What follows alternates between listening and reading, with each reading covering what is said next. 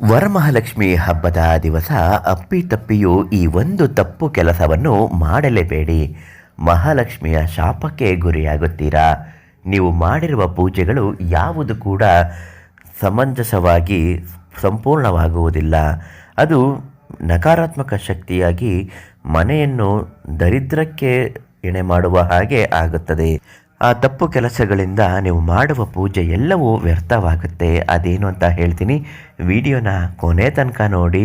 ನಿಮ್ಮ ಜೀವನದಲ್ಲಿ ಯಾವುದೇ ಸಮಸ್ಯೆಗಳಿದ್ದರೂ ಶೀಘ್ರ ಮತ್ತು ಶಾಶ್ವತವಾಗಿ ಪರಿಹಾರ ಆಗಬೇಕು ಅಂದರೆ ಈ ತಕ್ಷಣ ಪರಿಹಾರಕ್ಕಾಗಿ ಪಂಡಿತ ಶ್ರೀ ಮಂಜುನಾಥ ಗುರುಗಳಿಗೆ ಒಂದು ಕರೆ ಮಾಡಿ ಶಾಶ್ವತವಾಗಿ ನಿಮ್ಮ ಎಲ್ಲ ಸಮಸ್ಯೆಗೂ ಪರಿಹಾರವನ್ನು ನೀಡುತ್ತಾರೆ.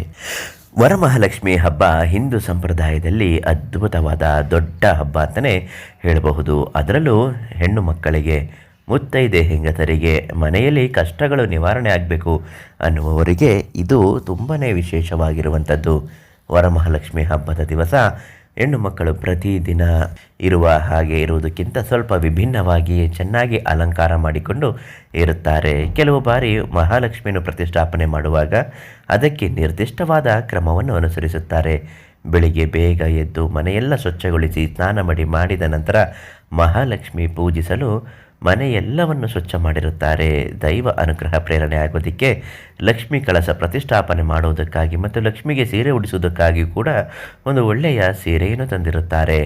ಮನೆಯಲ್ಲಿ ಲಕ್ಷ್ಮಿ ಪ್ರತಿಷ್ಠಾಪನೆ ಮಾಡಿದ ಮೇಲೆ ಮುತ್ತೈದೆಯರೆಲ್ಲರನ್ನು ಕರೆದು ಅದಕ್ಕೆ ವಿಧಿವಿಧಾನದ ಅನುಸಾರ ಕುಂಕುಮ, ಅರಿಶಿಣ, ಬಾಗಿನವನ್ನು ಕೊಟ್ಟು ಕಳುಹಿಸುತ್ತಾರೆ. ಇದನ್ನು ಮಾಡುವಾಗ ಕೆಲವೊಂದೊಂದು ನಿರ್ದಿಷ್ಟ ತಪ್ಪು ಕ್ರಮಗಳು ಆಗಬಹುದು. ಅದನ್ನು ತಪ್ಪಿಸಬೇಕಾಗುತ್ತದೆ. ಹೆಂಗಸರಿಗೆ, ಮುತ್ತೈದೆ ಹೆಣ್ಣು ಮಕ್ಕಳಿಗೆ ನೀವು ವರಮಹಾಲಕ್ಷ್ಮಿ ಹಬ್ಬದ ದಿವಸ ಮನೆಗೆ ಕರೆಸಿದಾಗ 5ರಿಂದ 7 ಮುತ್ತೈದೆಯರಿದ್ದರೆ ತುಂಬಾ ಒಳ್ಳೆಯದು.